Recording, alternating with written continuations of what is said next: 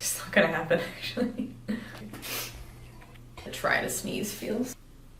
Alright. What's going on, everyone? Welcome to the video. To my regular subscribers who watch my videos all the time, I love you guys, what's going on? And to someone who might be new watching the channel, I love you too, and welcome to the channel. My name's Amanda, and if you guys haven't been watching, I am currently in a fat loss phase in my fitness journey, and I have recently hit like a little bit of a fat loss stall where I was losing fat initially in the beginning. I'm about 6 weeks in or so at this point in time, and I stopped losing weight as quickly as I was in the beginning. And I wanted to talk a little bit about, in this video, reasons why you might not be losing weight. So before we get started with the video, make sure you guys check me out on Instagram and on Twitter. I'm on those platforms a ton, so you guys can check me out over there, do a little bit more stalking. Then make sure you guys give the video a thumbs up if you're excited about learning about fat loss plateaus, weight changes, fluctuations, reasons why, and let's go ahead and get into it.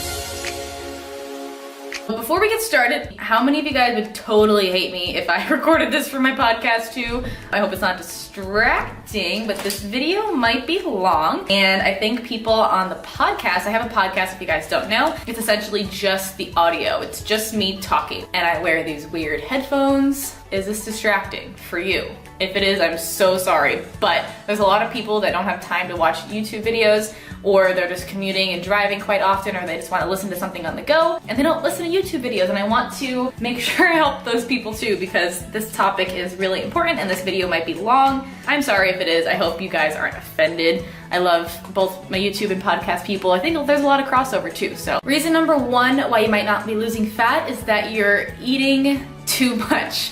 And I know this is probably something a lot of you guys already know. If you guys have been a subscriber of mine for a while, or you're already like pretty aware of the fact that there's caloric surpluses and caloric deficits, you might not feel like this applies to you. So for you guys, I'm going to give you one helpful tip that's going to help you guys in a second, but otherwise, if you're already aware that being in a caloric deficit is what you need to do to lose weight, the tip for you guys is that you might just need to be lowering your calories a little bit more just to get further into a deficit. Are you gonna eat that? Are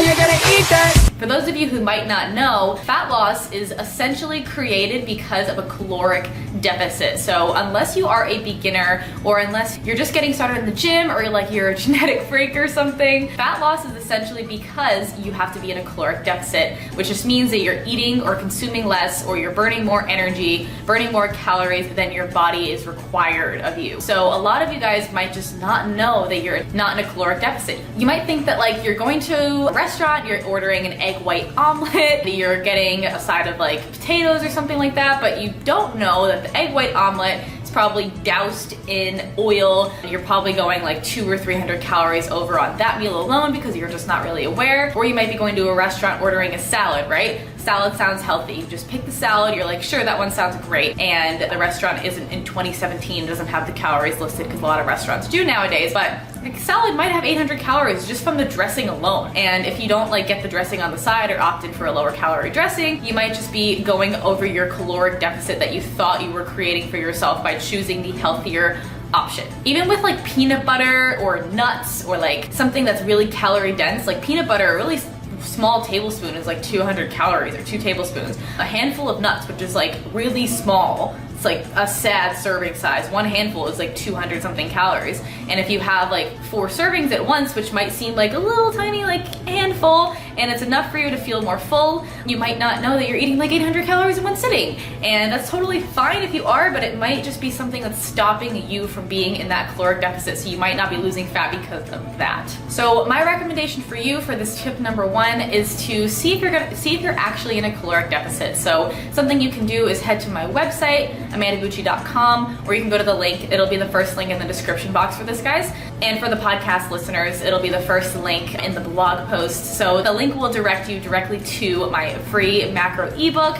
It's just helping you calculate your macros and your calories to get yourself a baseline, really. So what I always recommend is like, just track your food for a week or two. You don't have to track your food forever. You probably shouldn't be tracking your food forever. Not tracking is not for everybody. It's not something you really have to do, but just to kind of like figure out a baseline, like, am I really going over my calories? Like, you might be maintaining around, like, let's say 2,000 calories or so, but you might be actually eating like 2,400 one day and like 1,800 one day. And just, I would recommend just tracking what you eat. Don't like adjust anything just yet. Just keep it pretty consistent from what you normally do. See how many calories you're usually eating. I would take like an average after like a week or 2 weeks. Like if you ate 1,800 on a Monday and 2,600 on Saturday, a period of 7 to 10 days maybe would just be enough to kind of calculate like, okay, here we go. This is how many calories I'm eating, and this is how much my body's maintaining at. So if you're gaining weight, you're probably eating a little bit more than your maintenance. So I would just lower that back down. Just check out that macro calculating ebook. It'll really help you out to figure out whether or not you're in that caloric deficit or not. The number 2 reason why you might not be losing weight, you might not be losing fat, is because you aren't eating enough.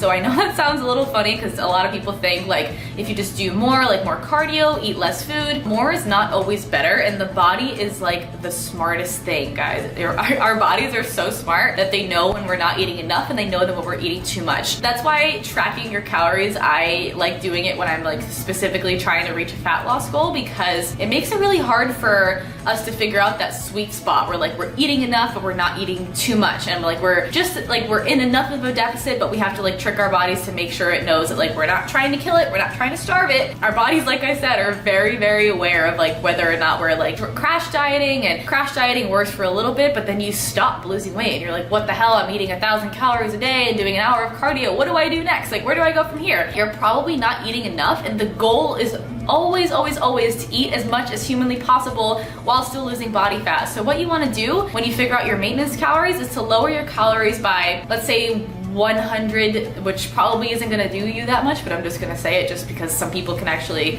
just drop 100 calories and make some progress. But I would recommend like 2 to 3 to 400 of a drop to start off with. Again, it depends on your body, depends on your genetics, which we'll talk about, but I would recommend doing that, seeing how that goes for you first, because as long as you're eating enough, your body like doesn't really, you're kind of tricking your body. You can't trick your body's super smart, but you have to make sure your body knows that you're fueling it enough for it to function optimally, for it to still produce those fat burning hormones, for it to still work for you.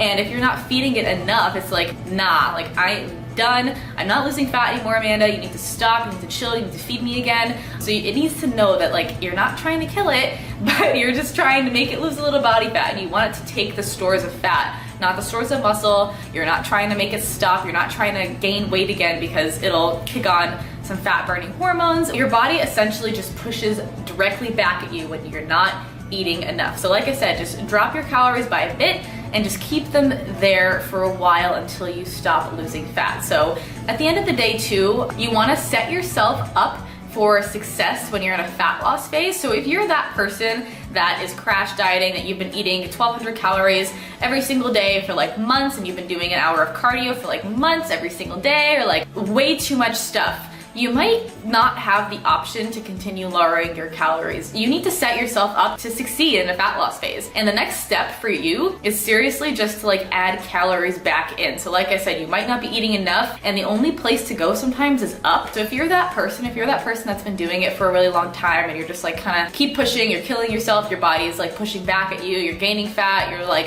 feeling like shit, and it just sucks. If that person is you, honestly, just start adding calories back in slowly. Like start feeding your body, giving it what it needs, because it's going to reward you with maybe some more fat loss, maybe a little fat gain, depending on like where you're at. It depends on everybody's different situation, but I would tell you that you likely will be happy with what you see and what you feel when you add calories back into your diet after you've been dieting for so long. So the number 3 reason why you might not be losing fat is because you haven't been dieting for long enough.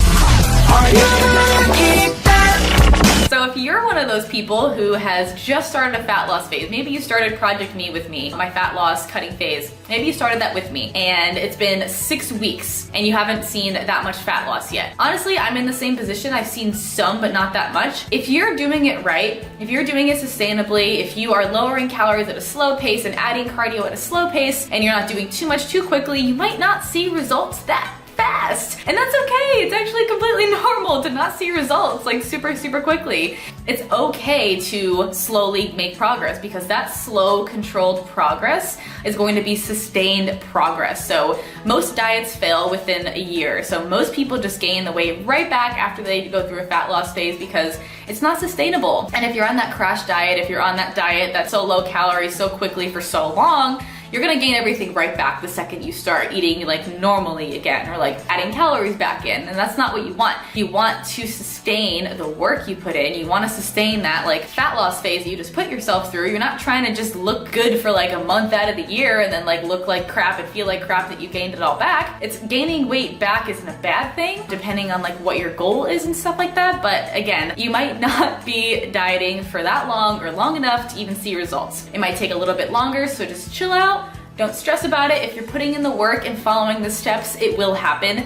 So the biggest thing you can do is just not stress about it, guys. Just like chill, let it happen, put in the work. If you guys are like tracking your progress through your weight, your body fat percentage, your progress pictures, progress videos, whatever, and you're truly not seeing progress, stick around for the next 2 reasons why you might not be losing fat. But the number 4 reason why you might not be losing fat is because of your genetics or your hormones.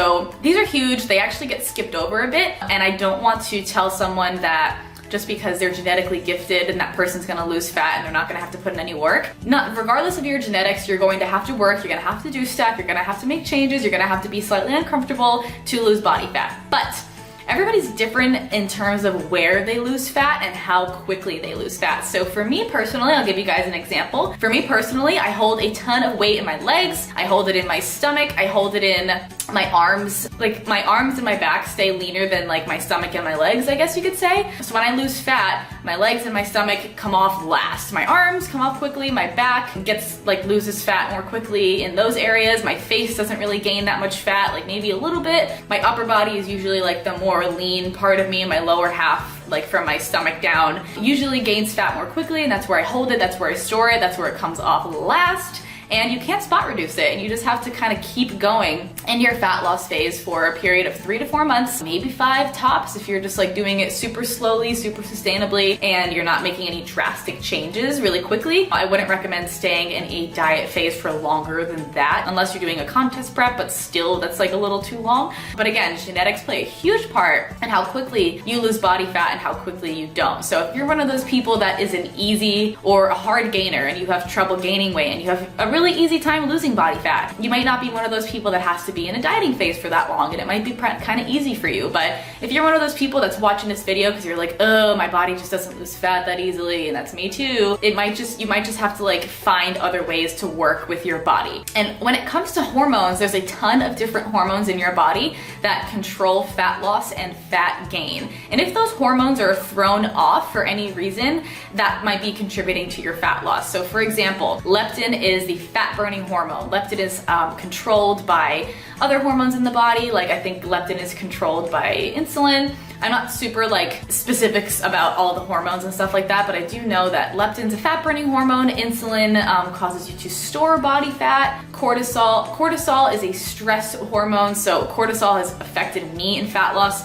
so often. Like if you are stressed, if you're one of those people that constantly carries around like a big ball of stress in your body, you're doing too much cardio, which is physical stress, you're actually just stressed about work, which is like emotional stress that can transfer over to physical stress, like your body just feels stress. The cortisol levels increase, and then your fat burning hormones lower because that cortisol levels increase. So you want your fat burning hormones to be up here, your cortisol levels to be here. If the cortisol goes up, fat burning hormones go down for sure. Your body gets affected, fat burning hormones stop, gain weight. There was actually a period of time when I was doing my first national competition prep, and I was 4 weeks out, right? I looked pretty good. I definitely looked like I was just about 4 weeks out from my show. All of a sudden, I moved across the country. It was my first time moving to California, so I packed my bags, flew from Rhode Island to California. I moved into my new place. I didn't really know anybody. My apartment wasn't furnished. I was super stressed. I gained like 5 pounds in like a week, but I was so stressed that like that was literally all from cortisol. And I was freaking out. It made me even more stressed. I was like, I'm 3 weeks out now. Like, what am I gonna do? The stress was just building and building and building. And my body was just like, nope, done, nope, done.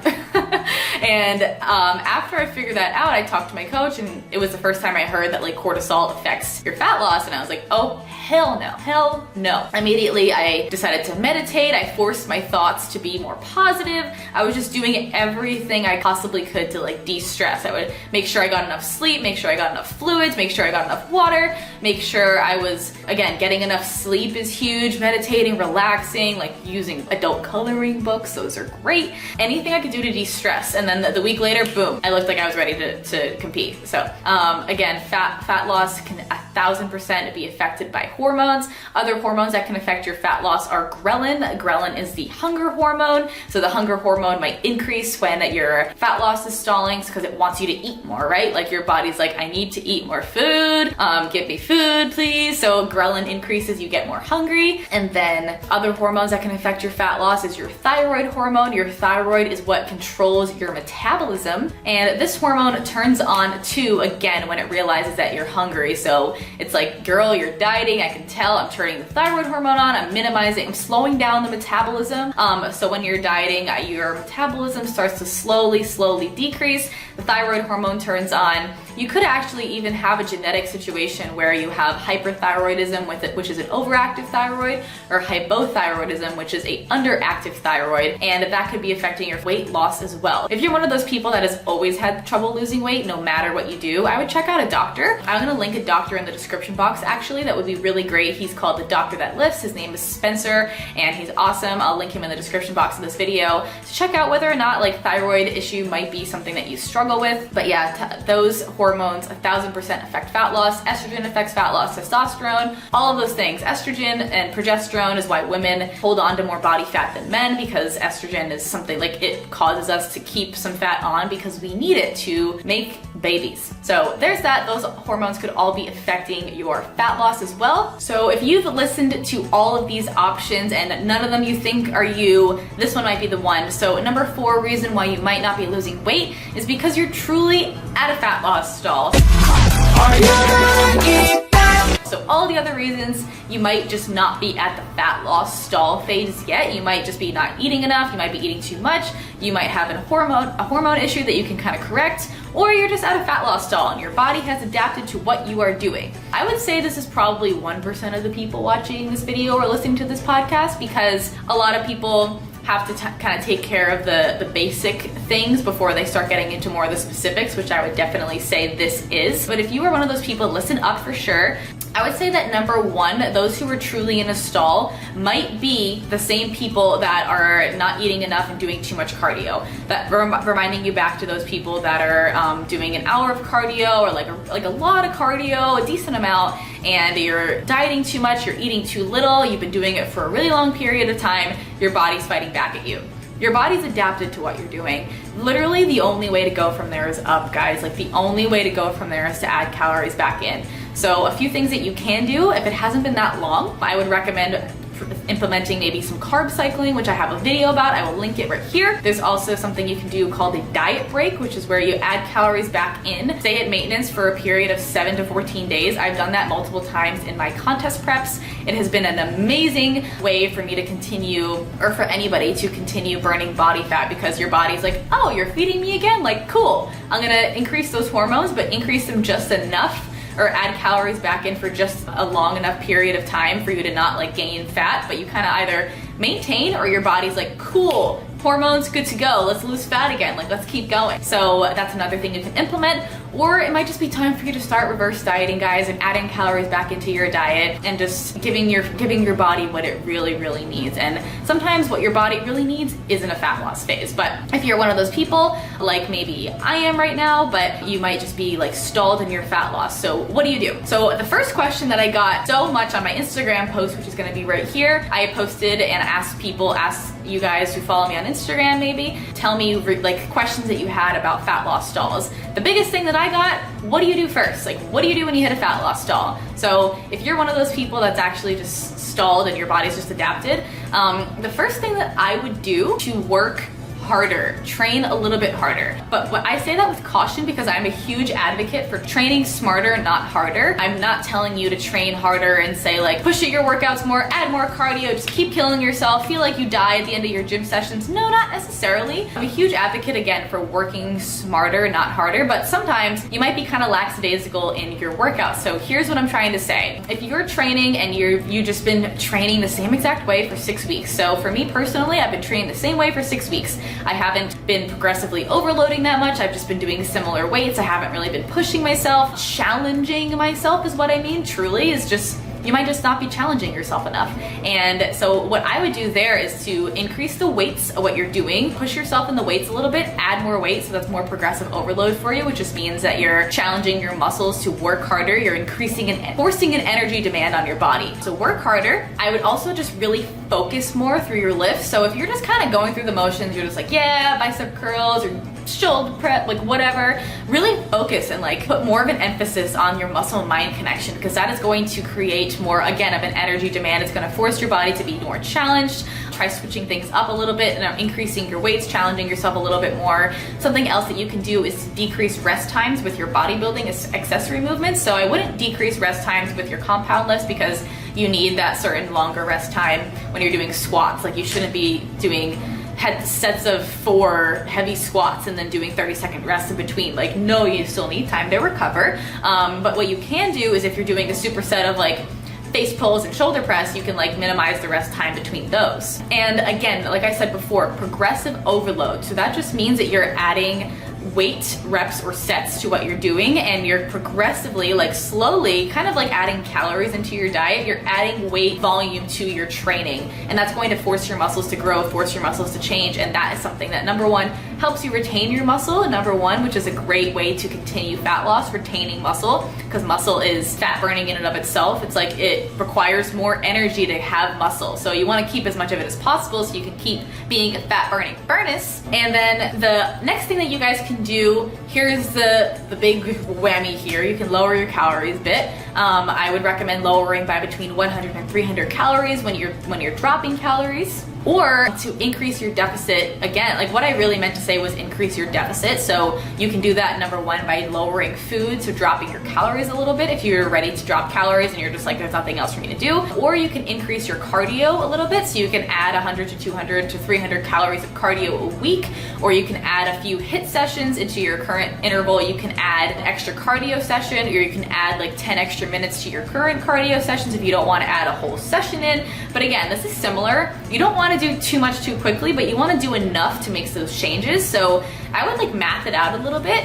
I would always say that like around 10 minutes, if you're working hard enough, whether you're doing HIIT or whether you're doing steady state, is about 100 calories. So if you're adding like 10 minutes a week, you might be adding 100 calories more of a burn, and like that can be But I would say if you're adding a full 30-minute session, that's about 300 extra calories you're burning a week. So just start with that maybe. What I'm personally doing is, number one, adding in another low carb day to my week. So I'm adding in, like, instead of 3 low, 1 high, I'm doing 4 low, 1 high. I'm also adding in another steady state cardio session. So I'm doing 3 20-minute steady state cardio sessions a week. So that's 600 calories. And then I'm also doing 1 6 to 8 HIIT interval session every week on Sundays. So that's how I'm kind of increasing my deficit a little bit more without lowering how many calories I'm eating every single day yet. And then another thing you can do, like I said before, is just literally stop dieting. Like if this is your 10th, your 10th fat loss stall or something like that, and you have to keep doing more to push through, just stop dieting, guys.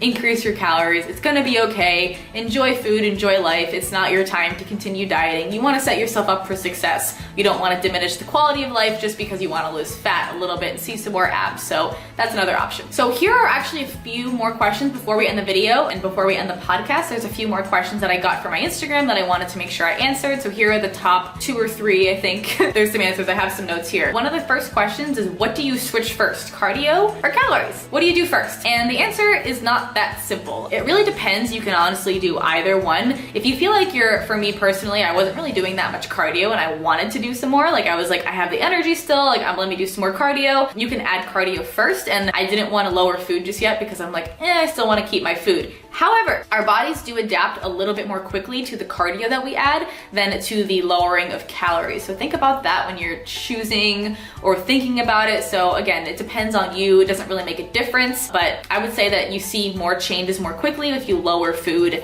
first. Next question is going to be, how long should you wait until you make changes? And this is a huge question that I get so often because people don't know, like, okay, so you get your starting macros and then you keep them for 3 months. Like, no, but you also don't change them every single week either. I would say that a period of like 2 to 3 weeks or so, maybe even 3 to 4. I haven't changed anything yet. It's been 6 weeks, but only because my first month I was making a decent amount of progress. The next 2 weeks I kind of like wasn't really paying that close attention, but I probably should have made changes around week 4, but I didn't really catch it until week 6, I guess you could say, or week 5 actually. But I would say between 2 to 4 weeks or so are when you should think about making those changes. And again, there's really no reason to change what's currently working. Like, if it ain't broke, don't fix it. Like, you don't have to fix it. So I would just recommend making sure you're just keeping on track and seeing what works and checking your progress and seeing if your photos are getting better, if you feel like you're like gaining weight or stalling or whatever. Just make sure you're following along with your progress and make changes accordingly, but not too quickly. And the last question that I got is, should I eat cleaner? Should I cut out bad foods from my diet, although they fit my macros or whatever? I would say that you don't have to. For me personally, I feel better if I have like those things that I know that I love, like Halo Top or whatever, but there is something to be said for choosing more wholesome foods, choosing more health foods, especially when you're in a caloric deficit. Honestly, when you're choosing foods that make your body feel good, when you're in a deficit, your body's not functioning optimally. Like, it's not getting enough nutrients from your food for it to perform at 100%. Like, it might be performing at like 90 or 80% or something like that. And when you're giving it the right foods, when you're giving it foods that it wants and needs and it craves, then number one, you're gonna be less hungry. Number two, you're just gonna feel better because you're giving it like what it needs to function. Although it's not the amount of calories it needs to function optimally, you're at least giving it the micronutrients, the macronutrients, and all of that it needs to function optimally in order for you to like sustain your health and stuff like that. Like, that's important. I have heard of plenty of people who just switch from like IFYM to clean eating or whatever, and they're doing like all clean foods or all like wholesome foods or whatever,